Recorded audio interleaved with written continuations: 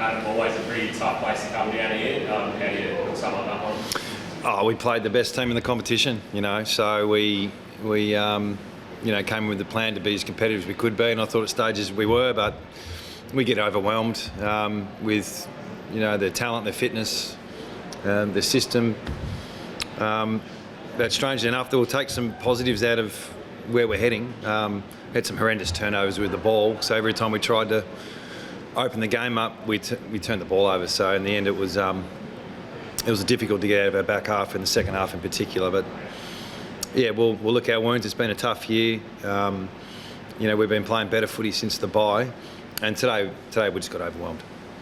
You feel like you've understand the bleeding bit. I think that 36 more into I think was something.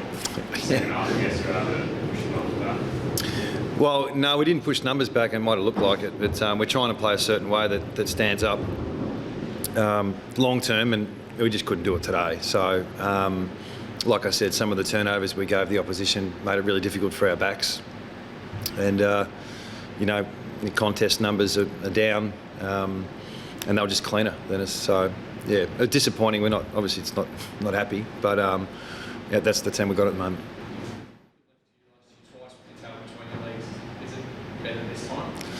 I know it sounds weird, but it probably is. We're on our path. We don't know how long it'll take to get to success. Today wasn't a step forward, but we know where we're at. So there's no major surprises today. We know Geelong are a very good side. We know we've got a heap of work to do, and we need a really good summer. Get our personnel back. Reflect on what's been a really difficult year. Take some positives out of it, and then hit the pre-season as hard as we can. What are your public reflections now that it's actually finished? Well, they've been the same. I haven't held off any commentary other than we've been hit with some hurdles this year, and it's been a challenge to keep the group together and stay connected as a footy club and a footy department. But I think internally we're on the right path, and I've said this a number of times. We've had better seasons with a poorer environment, so we can leverage off that. We've also got clarity about what we need to do and where we're at. So I think having awareness before you can get into the action part is really important. So we're fully aware of what's needed. So do you think the bounce is going to be quick? I'm not sure. It's a really difficult one to say. Some people will suggest that it's going to be a long time before we can get back up to where we want to be, and other people will say we'll get 10 to 12 players back from today's game. But I couldn't honestly tell you. I know we're going to hit the draft. We're going to transition our list over the next 2 or 3 years. So, if we get everything right, get good fresh availability, continue to grow, our players continue to get better, then it'll happen when it happens. It's a strong draft focus rather than the trade. Oh yeah, we went to the draft last year, and we'll do the same this year. We've got a pretty good draft hand, but that doesn't exclude us from looking around. So that's list management discussions, and we'll kick into that.